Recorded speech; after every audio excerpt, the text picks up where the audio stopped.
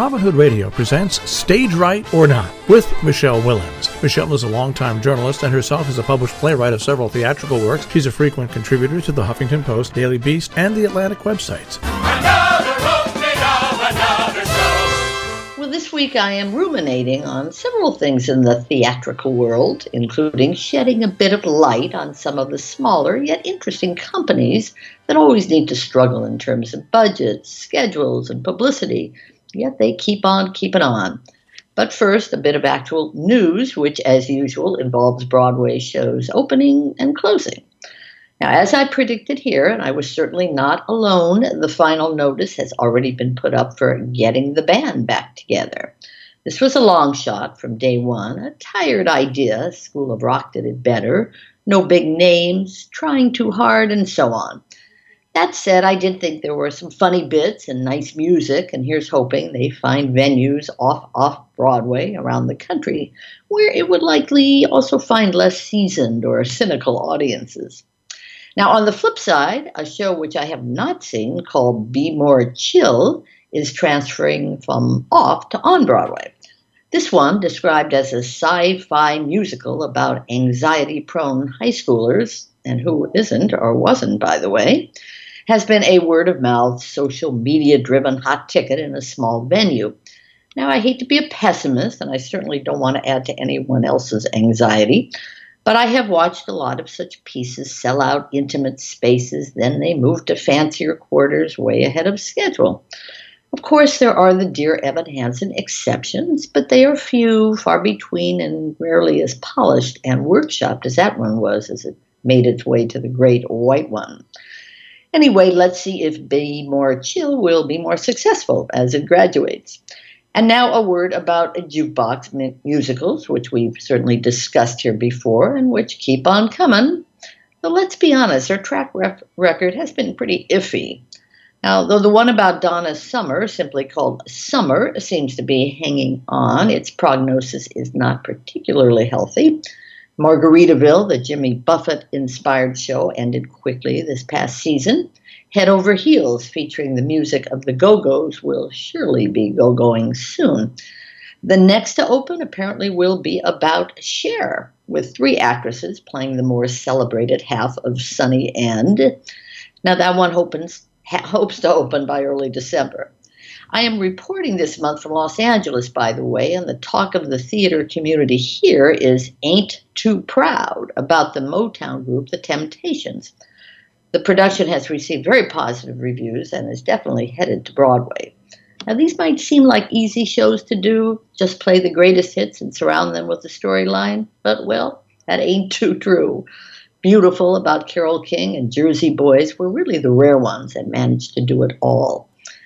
Really do have to question Broadway's current boast about all the original shows arriving over the next season. Well, do jukeboxes really qualify?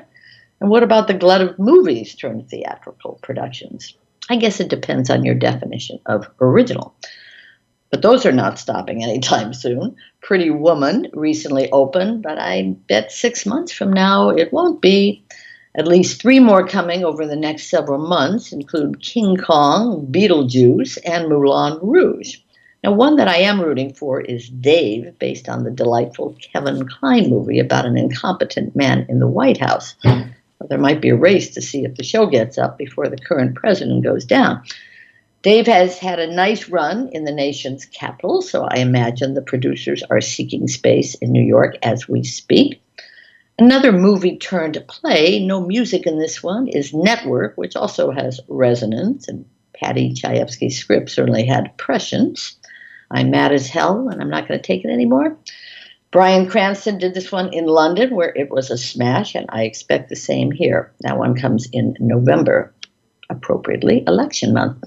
As I always say, when Broadway is in a rather static state, but tickets are still costly, it's a good time to check out some of the more interesting yet smaller theater companies. Now, I always tout the Mint Company, but there are others worth getting to know. Ars Nova, for example, which always does challenging original work. It was one of the producers of K-pop, which was an award-nominated hit this past season, and that one may move upward. One that did move all the way to Broadway was Natasha and Pierre, et cetera, et cetera, et cetera, which also started at Ars Nova. Right now, the company is preparing something called the Sci-Fi Folk Contest. Are you picking up a sci-fi trend here? That will be opening in a few weeks and will run through the end of October. This one will play at the company's West 54th Street venue, but Ars Nova is moving soon to a much more exciting space downtown. Stay tuned. I am also a fan of the Red Bull Company, named for the rowdy Jacobean playhouse that illegally performed plays in England during the 12 years of Puritan rule. In the words of Red Bull founder Jesse Berger, this is New York City's home for dynamic performances of great plays that stand the test of time. Well, I don't know about that, but I can certainly vouch for the Inspector General, an old classic that Red Bull revived a year or so ago. It was hilarious, as was Metromaniac, the David Ives take on an old play, all in verse, the Ives, which is David Ives' specialty, of course. With 5 premieres in the mix, including the first ever New York City performance of a recently discovered Edith Wharton play, who knew? The company also presents something called the Revelation Reading Series. You might check for dates on those on the Red Bull website. There are plenty of other companies in New York, including the Culture Project, which finds works about social justice. Even tinier but equally committed to serious material is something called TEA Creative. Its director, Viev Rada Price, says the 9-year-old company offers what she calls insight art to help audience members become aware of how they're using their minds when they find themselves in certain conflict situations. Well, the company has done original works about the Muslim community post 9/11 and veterans returning from Iraq and Afghanistan. It's not light and frothy stuff, but you can take it with you. So those are just a few shout outs to some dedicated folks who feel theater can still be meaningful and original and exciting and not dependent, Jill, on the archives of movie studios or our favorite playlists. So, how much of this do you think is marketing? A lot. It's the Because same reason. Yeah, same reason that the movie studios keep remaking old films, because it's kind of got a built-in audience. The name is familiar. and Sure. it's something to talk about. I listened. I just happened to be listening to an earlier show of yours where you were talking about how happy you were to go back and see My Fair Lady, for example, because Yeah. of the casting change, which I think Right. takes place on the 23rd of October.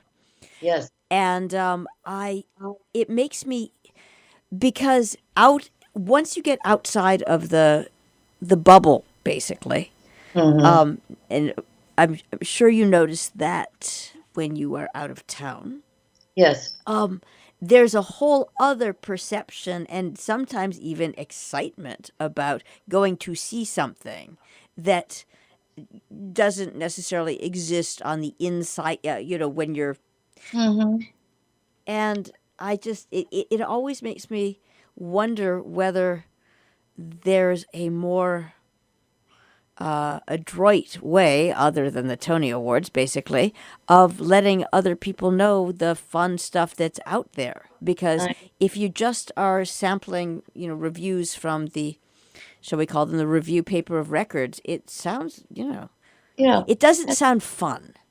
Oh, that's right. Well, people here are excited. Well, LA is a big city, of And course, and LA's they're different. I'm not talking LA, yeah, but I'm talking exactly. about regular people who, Yeah. we used to talk about this vis-a-vis sports, going for basketball, and Right. how costly those tickets were. If you wanted to if you wanted to take 2 teenage boys to a game, you would Yeah. have to be wired Five, into. pay $500, and then you find your favorite player is injured.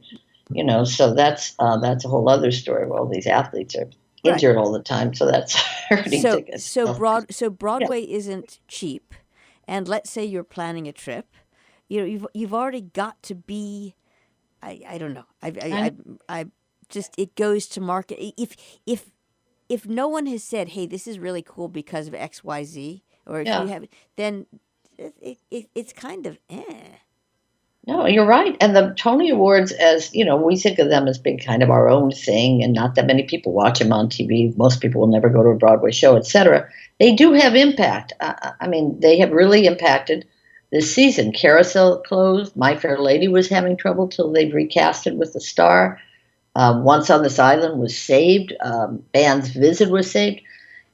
That really did have impact, the winners and losers there. Word of mouth is still a big thing. Getting a star is a big thing. Kerry Washington is opening in about a month on a Broadway show for a limited run. That's always a problem when you get big stars. They agree to do 2 months, you know. But it's a challenge. And out here, everybody's very excited about Dear Evan Hansen is opening. Somebody offered me tickets last night. I said, no, I've seen it twice. Thank you. But, when Broadway names travel, it's still exciting, but I'm more excited. I'm going to see 2 shows out here this week, which I'll talk about next week, which sound much more interesting and smaller and innovative, you know. So once you get away from the bright lights, you kind of have a little more, some of the pressure has taken off you. Let's experiment. Let's do something. Let's don't always think, is this going to go to Broadway? And one last question: is there? What are the feel good? Mamma Mia was, for example, a reliable feel good show. What's currently out there that's just absolutely reliable? I mean, Book of Mormon. Well, sort of, but that's raunchy. I would say the feel good show is still Come From Away, which is obviously about a great moment where good people did good things for all the right reasons after 9/11. It was sort of an unknown story. And that is really a feel good. It's not fancy. It almost looks like an amateur production in a nice way. But, the people look like real people of Newfoundland. They don't look like Broadway stars. But they're incredibly talented. That one sells out still most of the shows. And I think it's strictly because it's the feel-good show. It just is. I mean, Once on This Island is nice, too.